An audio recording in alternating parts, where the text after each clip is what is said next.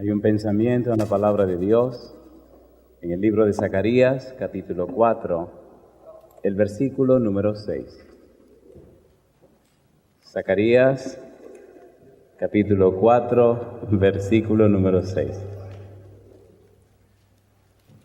Dice Zacarías 4, versículo 6, lo siguiente. Entonces respondió y me habló diciendo: Esta es palabra de Jehová a Zorobabel, que dice: No con ejército, ni con fuerza, sino con mi espíritu, ha dicho Jehová de los ejércitos. ¿Qué les parece si se ponen en pie y oramos? Querido Dios, gracias por estar con nosotros y gracias por la oportunidad de reunirnos para estudiar su santa palabra. Señor, pedimos su bendición sobre los amigos y amigas que nos acompañan, pero también pedimos su bendición sobre los hermanos y hermanas presentes. Bendiga también, Señor, a todos aquellos y aquellas que nos siguen a través de la radio, la internet o la televisión. Que ellos y ellas sean grandemente bendecidos. Y ahora, Dios, agradecemos la presencia de los ángeles en nuestro medio y agradecemos la bendición de su Espíritu Santo. Padre querido, en esta hora le rogamos que el Espíritu Santo nos traiga palabra de vida para la vida eterna. Que no recibamos las palabras de un hombre, pero que recibamos la palabra de Jehová que vive y permanece para siempre. Señor, prepárenos, habilítenos para comprenderla, que todos nosotros estemos en el Espíritu para entender la palabra del Espíritu. Que juntos le adoremos a usted en espíritu y en verdad, es nuestro anhelo y oración, y lo pedimos en el nombre de Jesús. Amén, Señor. Amén. Revive para Cristo es el título que se le ha puesto a esta semana. Y estamos trabajando con el libro de Ezequiel. Hemos dicho que el nombre Ezequiel significa Dios fortalece. Y verdaderamente Ezequiel necesitaba la fortaleza de Dios por la situación que estaba viviendo. Hagamos un poco de recuento, un poco de historia para entender lo que está pasando. En el libro de Ezequiel se nos relata la experiencia del pueblo de Dios. Judá había sido conquistada por Nabucodonosor. Se hicieron 3 incursiones. En la segunda, en el año 597, se llevaron con el grupo, junto con el rey Joaquín, se llevaron a Ezequiel cuando tenía 25 años. 5 años después, viviendo en Babilonia, en Tel Aviv, cerca del río Quebar, Dios lo llama al santo ministerio. Cuando usted lee el libro de Ezequiel, usted encuentra el libro dividido en 3 partes. Esto es muy importante para entender el mensaje del libro. La primera parte, los capítulos 1 hasta el capítulo número 24, tienen que ver con la denuncia que Dios le hace al pueblo por su pecado, pero también la manera como Dios se envuelve con el pueblo para resolver el problema del pecado. Recuerde que mientras Jeremías está allá en Judá, en Jerusalén, mientras Jeremías está con aquel grupo, en Babilonia, en la capital, está Daniel con otro grupo. Y aquí en Tel Aviv está Ezequiel con un tercer grupo. Durante el periodo del libro de Ezequiel, es la segunda invasión. Viene la tercera y la última. Ezequiel está escribiendo y diciéndole al pueblo las cosas como son. Jehová le dice del capítulo 1 al capítulo 24, mira Ezequiel, estos son los pecados del pueblo. Esto fue lo que el pueblo hizo mal. Esas son las cosas malas. Pero en los capítulos 25 al 32, Dios le dice al profeta, y estas naciones yo las voy a castigar. Todas estas naciones de alrededor, todo lo malo que han hecho, yo lo voy a castigar. Número 3, la tercera parte del libro, los capítulos 33 hasta el 48, Dios le dice, miren, estas son las experiencias para el futuro. Estas son las maravillas que yo voy a hacer. Esta es la forma como los voy a tratar. En los últimos capítulos, inclusive, Dios incluye la construcción de una gran ciudad. A nosotros nos interesa, por ahora, entender y descifrar la primera parte del libro.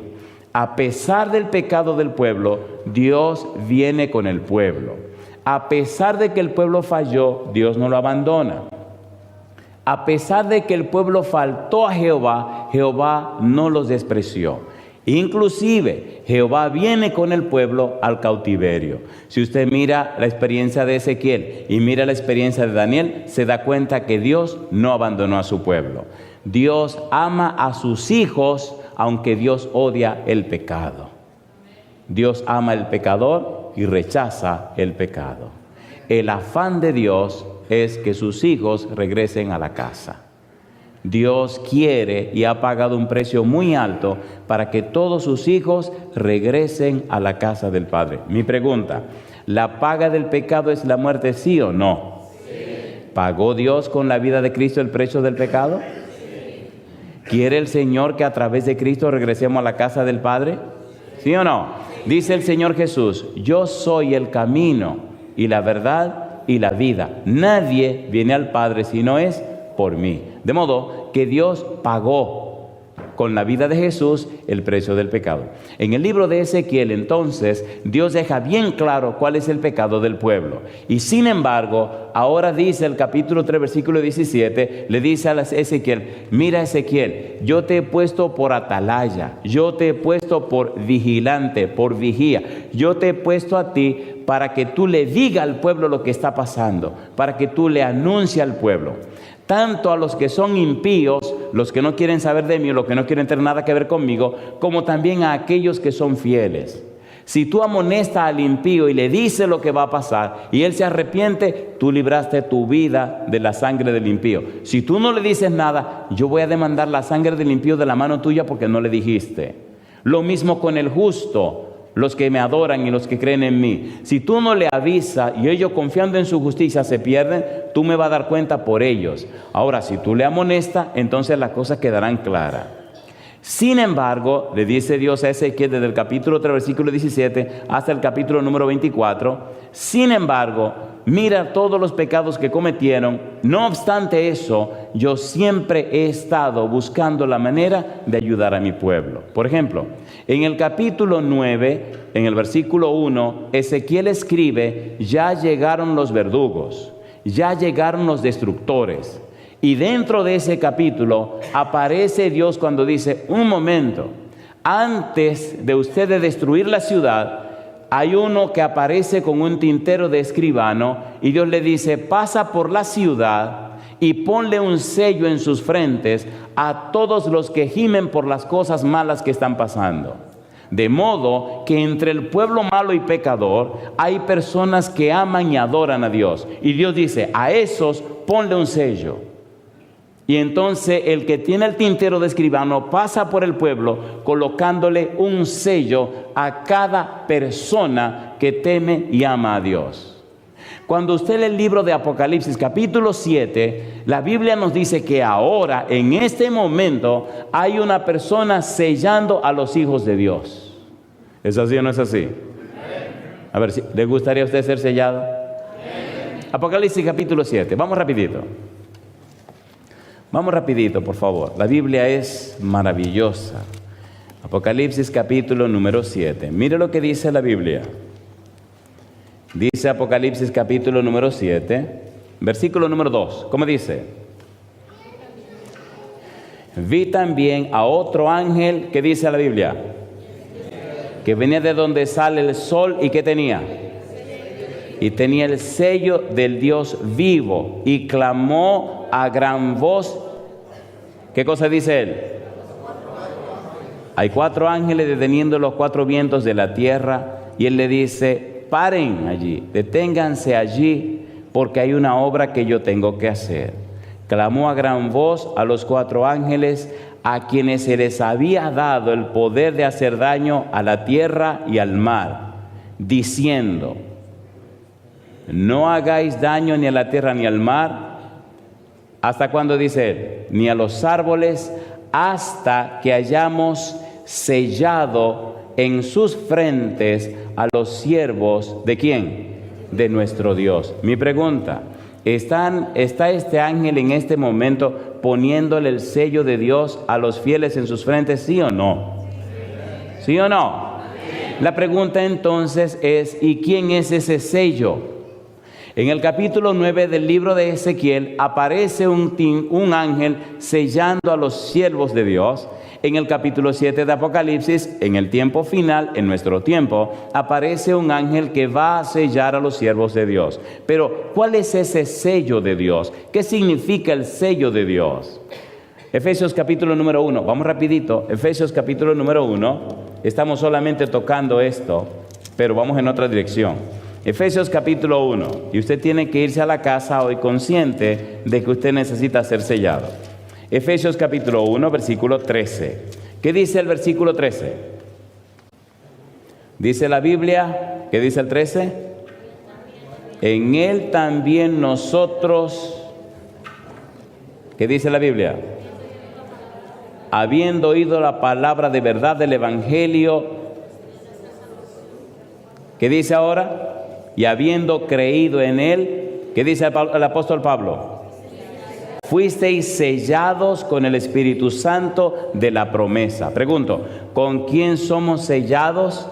Con el Espíritu Santo de la promesa. Cuando usted lee el libro de Ezequiel, ya vimos en el capítulo 1 que se aparece el Espíritu Santo para hablar con Ezequiel. En el capítulo 2, versículo 2, Ezequiel ve y entiende que el Espíritu le habla. Al final del capítulo 1, Ezequiel ve a una persona sentada en un trono y debajo del trono 4 seres que tienen 4 alas, querubines. Y él ve al que está sentado sobre el trono, que de la cintura para abajo es fuego y de la cintura para arriba resplandece como el bronce.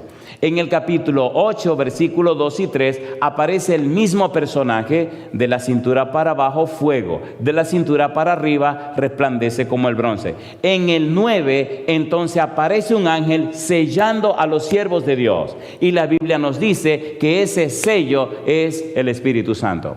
¿Ustedes recuerdan cuando Cristo se iba de la tierra para el cielo? ¿Prometió o no prometió que enviara el Espíritu Santo? ¿Sí o no? ¿Vino el Espíritu Santo? ¿Fueron yendo los apóstoles del Espíritu Santo? ¿Comenzaron a proclamar el Evangelio? ¿Sí o no? ¿Hicieron maravillas? Hoy día el Señor quiere hacer maravillas, pero necesita poner su sello en la frente de sus hijos. Y ese sello se llama Espíritu Santo. Cuando una persona recibe el Espíritu de Dios, le transforma la vida. ¿Es así o no es así? ¿Cambió la vida de Pedro? ¿Sí o no? ¿Cambió la vida de Santiago? ¿Cambió la vida de Juan? Recuerde que a Santiago y a Juan Cristo los llamó hijos del diablo, hijos del trueno, Boanerges. Es la misma cosa. Hijo del trueno, hijo del dios Thor. Thor era un demonio nórdico que se presenta con un mazo. Oh, ¿han visto la película Thor, no? ¿Han visto en la película el Thor que tiene un mazo, un martillo que cuando da rompe y desbarata todo? ¿Qué pidieron Santiago y Juan a Jesús en Samaria? Señor, ¿quiere que oremos para que descienda fuego del cielo y lo queme a todos? Y Cristo le dijo, ey, ustedes no saben del espíritu que son. Y entonces los llamó Boanerges. ¿Los cambió el Espíritu de Dios o no los cambió? ¿Los cambió o no los cambió? ¿Cambió o no cambió a Pedro? Entonces hoy día necesitamos la unción del Espíritu para que nuestras vidas sean cambiadas. Jesús dijo que el que no naciere de nuevo no entrará en el reino de los cielos. Mi pregunta para usted, ¿necesita usted, necesito yo, nacer de nuevo? ¿Sí o no? Entonces Ezequiel nos está presentando en el capítulo número 9 de su libro que Dios deja bien claro que viene un ángel para sellar en sus frentes a aquellos que tienen el temor de Dios. El libro de Ezequiel es un manual maravilloso en relación a la persona del Espíritu Santo. Después que Jesús se fue, la iglesia quedó para ser dirigida y guiada por el Espíritu de Dios. Y todo hombre o mujer que abre su corazón a la palabra de Dios, que acepta a Cristo Jesús, recibe a través del bautismo la unción del Espíritu Santo. ¿Es así o no es así? Cuando usted recibe el Espíritu de Dios, su vida es cambiada completamente y ya usted no puede ser igual. En 2 de Corintios capítulo 3, versículo 18, la Biblia dice que somos transformados de gloria en gloria como a su imagen por el Espíritu. La pregunta es, ¿qué pasa con tantos que se llaman cristianos que tienen la misma vida todo el tiempo? ¿Qué relajo es ese? ¿Por qué tanta gente en tantos lugares del mundo se llaman cristianos y son la misma persona, la misma gente, el mismo genio? ¿Qué pasó? Y Cristo le dijo a Nicodemo, el que no naciere de nuevo no entrará en el reino de los cielos. Mi pregunta, ¿es un asunto para todos, sí o no? ¿Sí o no? ¿Sí o no? Así que no es cuestión de religión, es cuestión de relación. La mayoría de la gente se esconde detrás de la religión y dice nosotros. Nadie se va a salvar por nosotros. La salvación es para cada uno y la salvación es Cristo Jesús. Asegúrese, querido, asegúrese, querida, que usted tiene una buena relación con el Señor Jesús. Jesús dijo, sin mí nada podéis hacer. En Ezequiel, en el capítulo 11, a pesar del pecado del pueblo, Dios promete a través de Ezequiel y le dice al pueblo, yo le voy a dar a ustedes un nuevo corazón, le voy a cambiar la vida. Aunque ustedes pecaron, vuélvanse a mí y yo voy a hacer maravilla en beneficio de ustedes. No obstante el pueblo pecó, Dios promete trabajar con el pueblo. Dios no abandona al pueblo, le aclara lo del pecado y sin embargo le ofrece el perdón necesario y los cambios necesarios que ellos no pueden hacer, pero Dios sí puede hacer. En el capítulo 16, al final del capítulo, en el versículo 63, Dios promete al pueblo que a pesar de todo lo malo que hicieron, Dios lo perdonará. ¿Es lindo o no es lindo? ¿Es lindo o no es lindo? Mire usted lo que dice el libro de Ezequiel, y me fascina este libro, en el capítulo número 18. Ezequiel capítulo 18, versículo 30 y versículo 32, me interesa una palabra que aparece allí y me interesa explicártela para que quede bien claro el empeño y el interés que Dios tiene por cada uno de sus hijos. Ezequiel capítulo número 18, versículo número 30 hasta el versículo 32. ¿Cómo dice el versículo 30? Por tanto, ¿qué dice Dios? Yo juzgaré. ¿Y qué juzgará Dios? ¿A cada uno según qué? ¿Es para todos o es para cada uno?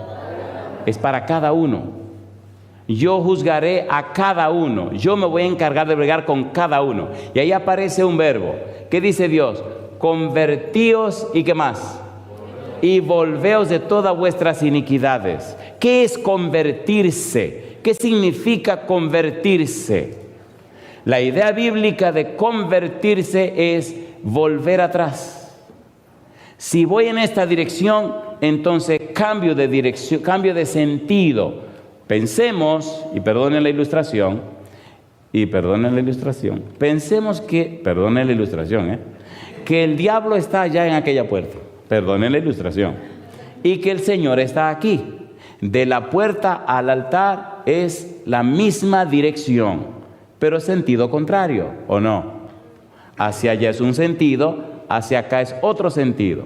Si la persona va para allá, rumbo al sentido del diablo, y se convierte, cambia de sentido. Ahora viene ¿para dónde? Ahora viene para acá. Por eso Dios le dice, ustedes van rumbo al pecado, conviértanse, den vuelta y vengan para acá. El hijo pródigo, ¿se fue o no se fue de la casa? ¿Sí o no? ¿Gastó o no gastó el dinero? ¿Parrandeó o no parrandeó? ¿Vagabundeó o no vagabundeó? ¿Sí o no? ¿Se le acabaron los cuartos, sí o no?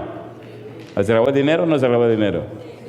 Y al final terminó bregando con cerdos. Imagínense, un judío bregando con cerdos. Mi pregunta, ¿volvió en sí cuando llegó al fondo? Ese era un bobo. Yo mejor vuelvo en sí cuando estoy en mi casa. ¿Por qué tengo que salir a sufrir tanto en la calle y bregar con tantos problemas? Mejor despierto cuando estoy en casa. Pero, ¿volvió en sí al final o no? En Lucas 15, 17 dice, y volviendo en sí dijo. La idea de volviendo en sí significa despertándose, convirtiéndose, arrepintiéndose, teniendo un cambio de la mente. La palabra arrepentimiento significa cambio de la mente. Mi pregunta, ¿cambió la mente del hijo pródigo, sí o no? Sí. Y es lo que Dios le está diciendo, cambien su mente. ¿No se dan cuenta que hacia donde van no tiene ningún futuro, no tiene ningún sentido? Cambien la mente. vuélvanse a mí. Y dice él, volveré a mi padre y le diré, Padre, he pecado contra el cielo y contra ti. Ya no soy digno de ser llamado tu hijo. Trátame como a uno de tus jornaleros. ¿Volvió o no volvió? ¿Sí o no? ¿Conocen lo que son los cerdos? Seguro que lo conocen. Cerdos, puercos, chanchos, una montaña de nombre que le ponen. ¿Huelen esos animalitos? Oye, ¿se imagina el perfume que trae este bendito para regresar a la casa? ¿Lo vio el papá? ¿Corrió el papá? ¿Lo abrazó? ¿Lo besó? ¿Hedía o no hedía a cerdo? ¿Cuál fue la primera orden que el papá dio? Bañen a este muchacho y póngale ropa limpia, ¿sí o no? ¿Sí o no? ¿Le peleó el papá? No. ¿Lo reprendió? No. ¿Lo acusó? No. ¿Lo maltrató? No. No. Al contrario, hizo una fiesta porque mi hijo estaba muerto y ha vuelto a la vida. Estaba perdido y ha sido hallado. ¿Había gozo en el corazón de Dios? La palabra convertíos. Mire el versículo 32. Mire el versículo 32. ¿Qué dice el 32? ¿Qué dice Dios? Que no quiero la muerte del que muere, dice el Señor Jehová. ¿Qué dice ahora? Convertíos pues. ¿Y qué dice? Y viviréis. ¿No le parece un llamado un grito de angustia de Dios, de amor por sus hijos, sí o no? ¿Sí o no? No quiero la muerte del que muere, dice el Señor Jehová. Convertíos pues y viviréis. ¿Quiere Dios que volvamos para sellarnos con el Espíritu Santo? ¿Es tiempo de volver a Dios? ¿Y que nos pongan el sello? Oigan, ¿podemos tomar un par de minutitos para explicar qué significa esto de ser sellado? A ver, ¿lo quieren o no lo quieren? Recuerde que este no es el tema. El tema es el libro de Ezequiel, brega con el problema del pecado, pero yo pienso que una limonada no nos hace daño. A mí me fascinan las limonadas espirituales, porque le cambian la mente a uno. Oiga, pastor, una pregunta. Y entonces cuando a mí me sellan, ¿qué es lo que me pasa? Oye, qué cosa rica. En el libro de Efesios, capítulo 3, versículo 16 al 19, el apóstol Pablo explica qué es lo que pasa. Ponga cuidado, mire qué cosa linda. Si usted se llama cristiano y usted no ha nacido de nuevo, perdóneme, usted no es cristiano. Usted es un religioso y usted tiene serios problemas. Porque mi negro, si usted no nace de nuevo, usted no va a entrar. ¿Se entiende o no se entiende? ¿Sí o no? ¿Sí o no? Así que mire, despiértese antes que sea demasiado tarde. Dice el apóstol Pablo que él dobla sus rodillas delante de Dios en el versículo 16 y se presenta delante de Dios y empieza a decir que él quiere, versículo número 16 y 17, que seamos fortalecidos con poder en el hombre interior por su espíritu. Cuando una persona es sellada con el Espíritu, es fortalecida con poder en el hombre interior. Fortalecido, el verbo griego es krataio, con poder, dinamis, significa que tenga potencia y dinamismo. Los que están siendo sellados se hacen cada vez mejores y más cristianos. Y nada ni nadie los separa de Cristo. Se hacen más firmes en la fe. Y número 2, se convierten en personas dinámicas que el Espíritu dirige para transformar la vida de aquellos que le conocen. ¿Es hermoso o no es hermoso? A ver, ¿sí o no? Los que están siendo sellados, entonces, son en las manos del Espíritu una herramienta poderosa para bendición de los demás. Pero oiga, ¿qué es lo que vemos la mayoría de los que se llaman cristianos? ¿Una vida muerta? ¿O no? ¿Sí o no? No le interesa la espiritualidad, no le interesa el evangelismo, no le interesan las almas y viven de cualquier manera quejándose siempre, exigiendo y fastidiando la vida, no hacen nada. Oiga, qué barbaridad esa, por favor. ¿Le gusta ver el juego o le gusta jugar? A mí me gusta jugar. Eso es que estar ahí sentado, que tira la pelota. No, a mí me gusta estar ahí adentro. ¿Usted ha sido atleta alguna vez? ¿Cuántos han sido atletas? Oiga, ¿es rico estar ahí abajo o no es rico? La gente arriba le aplaude y grita. Métase aquí para que usted vea lo que es bueno.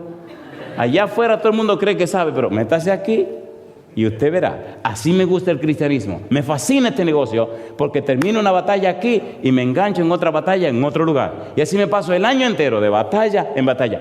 ¿Usted cree que pararse aquí y predicar el evangelio es paja de coco? ¿Usted cree que es cosa fácil? Usted no sabe cuánto espíritu malo allá afuera no quieren que usted venga. Usted no sabe cuánto ruido le hace el enemigo para que usted no entienda la palabra. ¿Es así o no es así? ¿Y cuántas dificultades arma el diablo? ¿Usted cree que estar en este negocio, esto es poca cosa? Pero gloria a Dios que los ángeles me acompañan y el Espíritu me dirige. Y el Espíritu está aquí dentro haciendo que usted sí entienda lo que quiero decir. ¿Es así o no es así? Eso es vivir. Por eso dice Pablo, hablando del sellamiento, explicando el sellamiento, que nos fortalece con poder en el hombre interior. Tu mente, tu voluntad, tu conciencia. Tu vida es completamente cambiada. Por eso cada cristiano necesita ser sellado con el Espíritu Santo. ¿Le gustaría ser sellado a usted también? ¿A cuánto le gustaría? Entonces tiene sentido la cosa. Imagínese que usted vaya a un juego y usted no sepa jugar. Que usted vaya a un juego y usted, por favor. Pero compadre, cuando usted va al juego y sabe jugar, y usted es uno de los mejores equipos, la cosa se pone buena, ¿o no? Pregunto, ¿tenía Jesús un equipo que iba a mandar a jugar? ¿Sí o no? Sí. ¿Qué le dijo? Muchachos, tranquilo, viene el torneo. Se me quedan quietos en Jerusalén hasta que yo le mande un podercito que viene por ahí, compadre. Y no hay quien le gane un juego. ¿Bajó o no bajó el poder? Sí. ¿Pedro empezó a predicar o no empezó a predicar? Sí. ¿Sí o no? Y ahora hasta el rincón más recóndito de la tierra, todavía el poder que vino está dando fuerza al equipo del Señor. ¿Es así o no es así? Hay tantos países y lugares que he tenido que ir y ver cómo el Espíritu cambia y transforma la vida de la gente. ¿Verdad que necesitamos esa experiencia? Hogares que estaban desbaratados, el Espíritu los levanta de nuevo. Vidas acabadas y sin futuro, el Señor las transforma. Y como donde no había nada, el Señor levanta todo de nuevo. Hay un capítulo, aquí el tiempo también es un problema. Hay un capítulo, cuando llegue a su casa, léalo, porque es el centro de esta semana. Es el capítulo 37 del libro de Ezequiel. ¿Cuál es el capítulo? 37. Le voy a dar un poco del chisme porque a la gente le gusta que le dé un anticipo. En el capítulo 37, el Señor toma a Ezequiel y lo lleva a un valle. Y en el valle, Ezequiel mira y ve el valle lleno de huesos secos, de esqueletos, secos, completamente secos. Y le pregunta a Dios a Ezequiel, oye, hijo de hombre, ¿tú crees que esos huesos vuelven a vivir? Y Ezequiel le dice, bueno, Señor, usted lo sabe. Y entonces Dios dio la orden y los huesos comenzaron a moverse, compadre. Y cada hueso con su hueso hasta que formaron todos los esqueletos. Y después comenzaron a subir entre los huesos la carne, los ligamentos, los nervios, la piel, y se hizo un ejército numerosísimo de cadáveres ahora, pero estaban muertos. Y entonces Dios sopló de su espíritu y les dio vida. ¿Tiene Dios poder para dar vida, sí o no? ¿Sí o no? ¿Cuántos días tenía Lázaro muerto cuando el Señor lo resucitó? Vamos a decir 4, ¿le parece? 4 días. ¿Lo resucitó de nuevo el Señor? ¿Tiene Dios poder para dar vida? ¿Sí o no? Salmo 33, versículo 6. Yo no sé cuál es tu problema.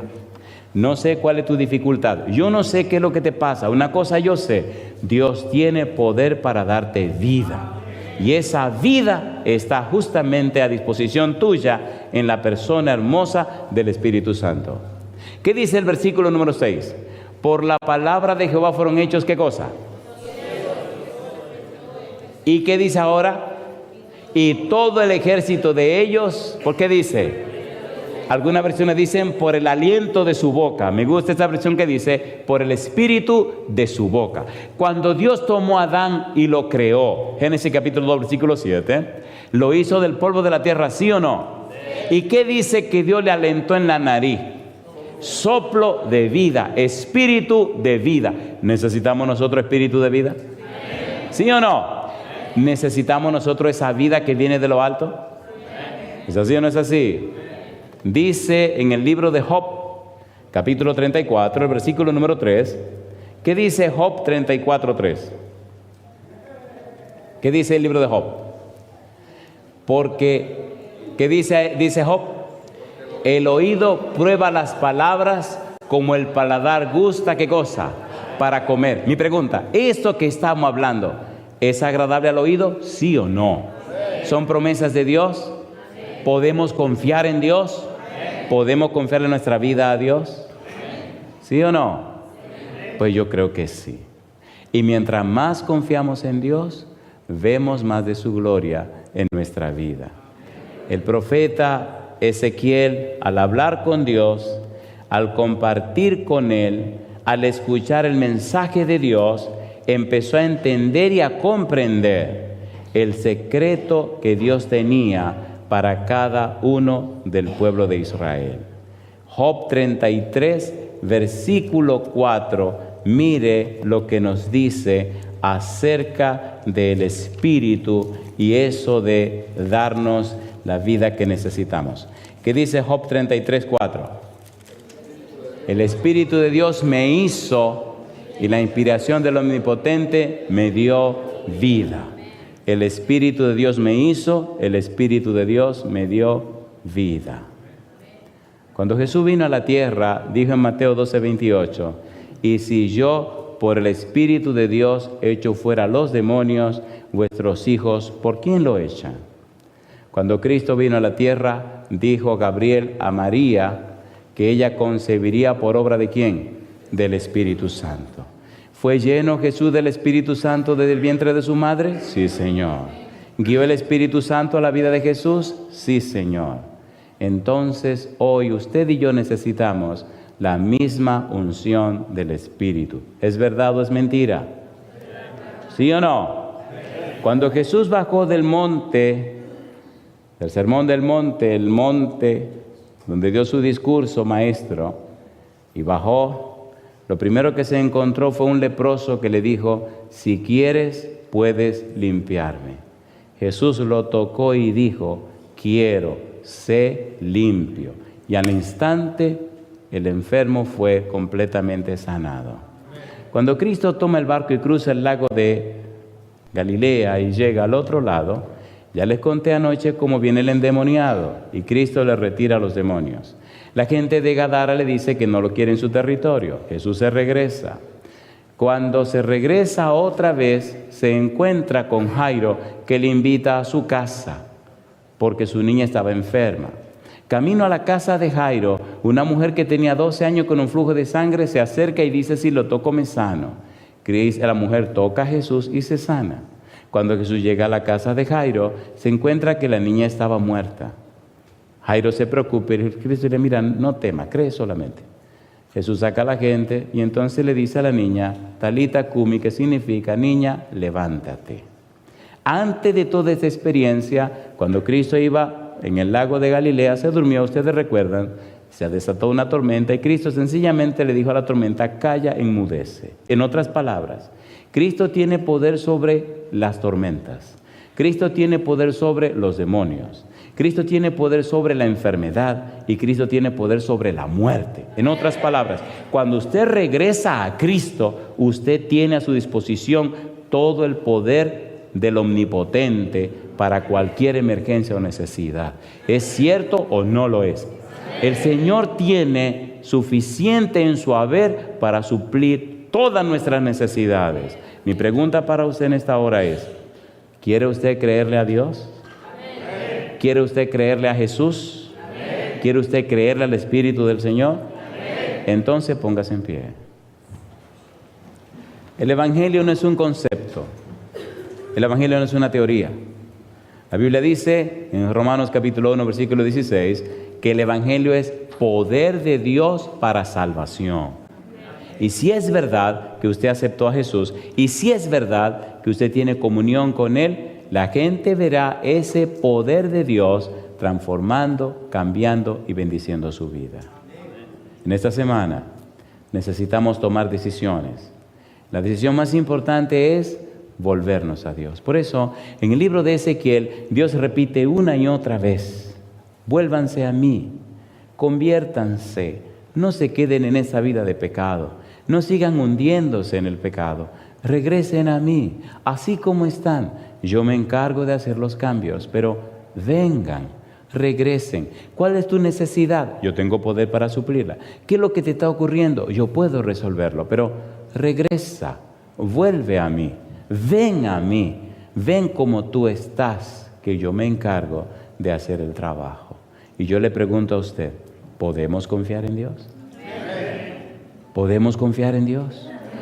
Esto no creo que sea complicado. Cuando Cristo vino a la tierra y salió a predicar el Evangelio, dijo: el Espíritu del Señor está sobre mí, por cuanto me ha ungido para dar buenas nuevas a los pobres, me ha enviado a sanar a los enfermos, a dar vista a los ciegos, a curar los cojos, etcétera, etcétera, etcétera. En el capítulo 11 del libro de San Mateo le dice a los discípulos de Juan: vayan y díganle a Juan todas estas cosas que están pasando. Los ciegos ven, los cojos andan, los sordos oyen, los enfermos son sanados y el Evangelio es presentado a los pobres. Y bienaventurado es aquel que no haya tropiezo en mí. Mi pregunta, ¿fue una vida sencilla la vida de Jesús en la tierra, sí o no?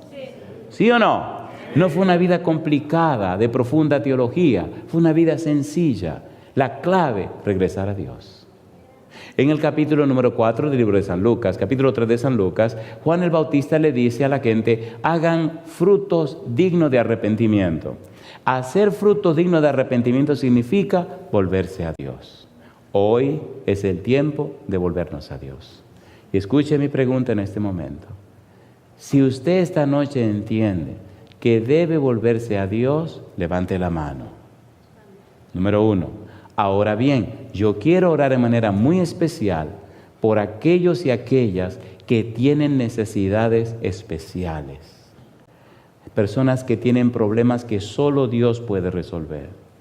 Personas que tienen dificultades, sean físicas, mentales, sociales, emocionales, espirituales. Esta noche yo quiero orar contigo, pero yo quiero orar por ti porque tú tienes una necesidad especial. Un problema que solo Dios puede resolver. Si tú eres esa persona, salte de la multitud y ven al frente conmigo. Sea una enfermedad, sea un problema de la familia, lo que sea. ¿Ustedes no creen que Dios tiene poder? El Señor Jesús dijo: conforme a tu fe te sea hecho. Y esta noche vamos a orar: conforme a la fe suya le será hecho. Si usted tiene un problema serio, un problema fuerte, y usted cree que solo Dios puede resolver, sálgase y venga para acá. Si lo que usted tiene es un dolor de muelas o que se majó un dedo, mire, quédese allá tranquilo sentado. Estamos hablando de cosas serias. Si tiene un problema serio, entonces pase al frente, suba aquí conmigo y vamos a orar. Yo no le prometo ninguna cosa, pero una cosa sí le garantizo: conforme a la fe que usted tenga, Dios obrará lo que sea necesario. Pase al frente, vamos a orar. Esta es una semana para la gloria de Dios. Si usted está luchando en su decisión de entregarse al Señor y hay problemas que se lo impiden, pase al frente con nosotros. Si usted sabe que ya llegó el tiempo de entregarse al Señor y hay cosas que no se lo permiten, pase al frente con nosotros. Ese es un problema serio. Si usted está luchando con el enemigo no le quiere soltar, pase al frente con nosotros. Y a los amigos y amigas que nos siguen en sus casas o en cualquier lugar de la tierra, si usted tiene un problema serio, colóquese en pie donde usted esté y presentemos su problema delante de Dios. Pongamos nuestras vidas en las manos del Señor. Mientras Sara canta, si hay personas que deben pasar al frente, hágalo, por favor. Dios es el más interesado en bendecir la vida de sus hijos. Adelante, Sara.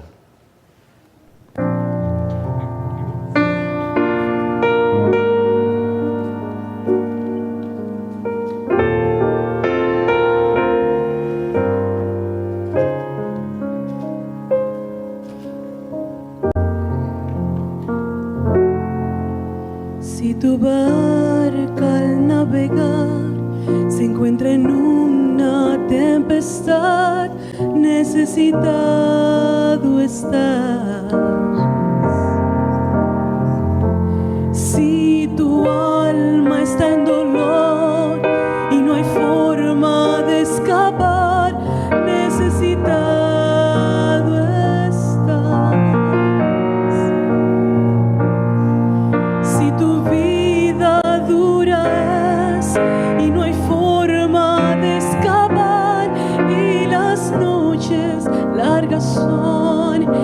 silencio hoy estás y a quien tú deseas que contigo venga a estar, necesitado estás. Te doy a Cristo, es la paz que pasa todo entendimiento. Te doy a Cristo, Él tus dudas y temores calmará.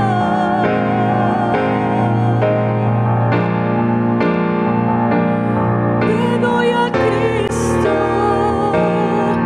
es la fuente de agua viva que no cesará. Oh, te doy a Cristo, oh amigo, te doy a Cristo.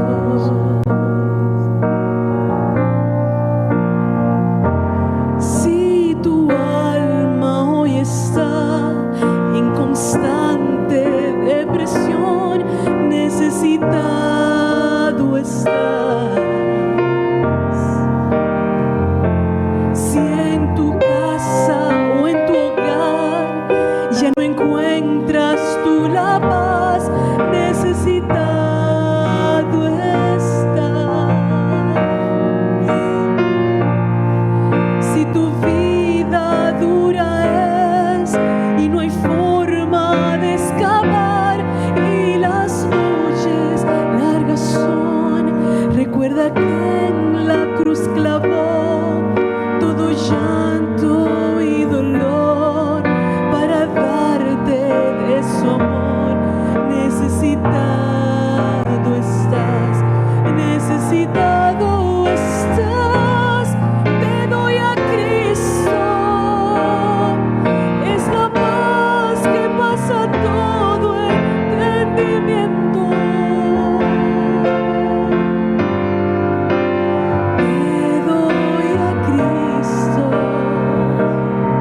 Él tus dudas y temores calmará.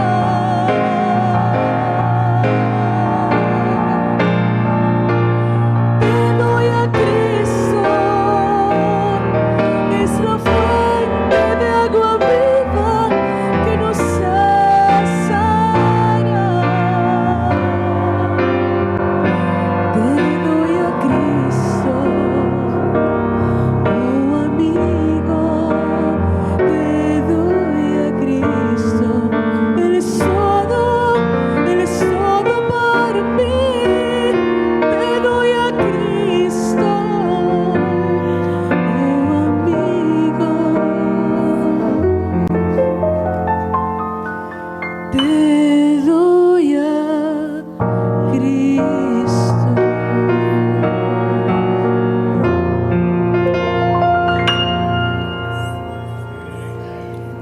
Hay una frase en el libro de San Lucas, en el capítulo 1, el versículo 37. María preguntó, ¿y cómo será esto? Porque el ángel le dijo que iba a tener un niño. Y dice, yo no conozco varón. El versículo 37, Gabriel le dijo, porque para Dios nada es imposible. Confiemos en el Señor. Asegurémonos de que hemos vuelto al Señor. Asegurémonos de que estamos en las manos del Señor. Como decíamos anoche, cuando llevamos a la persona a Jesús, entonces se abren todas las posibilidades. Jesús le dijo a Marta y a María, yo soy la resurrección y la vida. Ellas le dijeron, si tú hubieras estado aquí, mi hermano no hubiera muerto. Le dice, es cierto, pero acuérdate que yo soy la resurrección y la vida. En el ministerio que hemos vivido, hemos visto muchos milagros y maravillas de Dios. Personas sencillas que le creyeron a Dios. Porque al que cree, todo le es posible. Hemos visto milagros y maravillas en diferentes lugares de la tierra. Casos cerrados para la medicina, casos imposibles. Y muchas veces situaciones de matrimonios, situaciones con los hijos, situaciones en el trabajo. Son tantas cosas que se agrupan en nuestra mente, personas que ya no tenían ninguna esperanza para seguir viviendo y cómo decidieron creer y confiar en Dios. Y cómo Dios hizo el milagro y la maravilla de cambiar las circunstancias, de cambiar los problemas y convertirlo en una bendición. Hoy es el día de confiar en el Señor. Hoy es el día de depositar nuestra incredulidad a los pies de Jesús. Cuando el Señor bajó del monte de la transfiguración y se acercó a aquel padre que trajo a su niño, el padre le dijo: traje a ti mi hijo para que le echara fuera este demonio, y tus discípulos no pudieron hacer nada. Y Jesús le preguntó: ¿desde cuándo le pasa esto? Y él dijo: desde que era niño. Pero si tú puedes hacer algo, gritó el papá, ayúdanos. Jesús le contestó: al que cree, todo le es posible. Y el padre gritó: creo, ayuda mi incredulidad. Querido amigo, querida amiga, si en esta hora tú no crees y eres honesto o honesta sabiendo que no crees, entonces grítale a Cristo: Señor, ayuda mi incredulidad. Lamentablemente, al vivir vamos perdiendo la fe en el Señor. Lamentablemente, por el testimonio de algunos que se llaman cristianos, entonces vamos perdiendo la confianza en Dios. Y a veces, por experiencias difíciles que tenemos, terminamos perdiendo la fe. La Biblia dice en el libro de Hebreos capítulo 11, versículo 6, pero sin fe es imposible agradar a Dios, porque es necesario que el que a Dios se acerca crea que Él existe y es galardonador de los que le buscan. Te invito en esta hora a gritar en tu mente, en tu corazón: Señor, creo, ayude mi incredulidad. Que Dios pueda asirse, que Dios pueda encontrarse con ese anhelo tuyo de creer, y será suficiente para que Dios pueda hacer en tu vida su voluntad. Recuerda, Dios hará su voluntad, sea esta el cumplimiento de tu anhelo o tu deseo, o sea el cumplimiento siempre de la voluntad de Dios. Dios siempre sabe lo que es mejor para nosotros y Dios siempre nos dará lo mejor. La Biblia dice en Romanos 8:32, porque el que no escatimó ni aún a su propio Hijo, sino que lo entregó por todos nosotros, ¿cómo no nos dará juntamente con Él todas las cosas? Si nos dio a Jesús, entonces puede darnos todas las cosas. Amén. Querido, querida, mira la cruz, mira a Cristo clavado en ella, pagó el precio de tus pecados. Creámosle a Dios. ¿Estamos listos para orar? Amén. Oramos. Querido Padre Celestial, gracias por su palabra, la Biblia. Gracias por darnos a Jesús, su Hijo amado. Gracias por el ministerio del Espíritu Santo que nos convence de pecado, de justicia y de juicio. Y Dios querido, gracias, Padre amado, por el ministerio de los ángeles que nos traen luz del cielo y nos cuidan y nos protegen del maligno y de sus acechanzas. Ahora, Dios, venimos ante su altar para presentar nuestras necesidades. Señor, usted sabe cuáles son y las conoce en detalle. Queremos que sean atendidas por usted, por su gracia, su amor, su providencia, que sean atendidas conforme a su sabiduría. Dios, que al atenderlas y al suplirlas no nos hagan daño al final, que no seamos, oh Dios, como aquellos 10 leprosos que fueron sanados, que solo uno regresó a dar gracias a Jesús. Háganos como ese leproso samaritano que vino a dar las gracias. Denos un corazón agradecido antes de que ocurra el milagro. Y ahora, Dios, conforme a sus promesas que son fieles y verdaderas, conforme a la palabra de Jesús que prometió: todo lo que pidiereis al Padre en mi nombre, yo lo haré. En el nombre de Cristo, Señor, estamos presentando estos casos ante usted. Que cada uno de ellos sean suplidos conforme a su voluntad. Que los pecadores, Señor, seamos lavados con la sangre de Jesús, vestidos con su manto de justicia, ungidos con su Espíritu Santo, transformados por su gracia, sostenidos con su mano poderosa, y que nuestras necesidades sean suplidas para la gloria de su nombre. Dios, que sean suplidas al 100%. Y que sus bendiciones en nosotros se conviertan en el testimonio poderoso para que otros se entreguen a usted. Padre amado, que nuestras necesidades físicas, mentales, sociales, emocionales o espirituales sean suplidas por usted para la gloria de su nombre. Dios santo y eterno, lo pedimos. En el nombre santo y bendito de Jesús. Amén, Señor. Amén.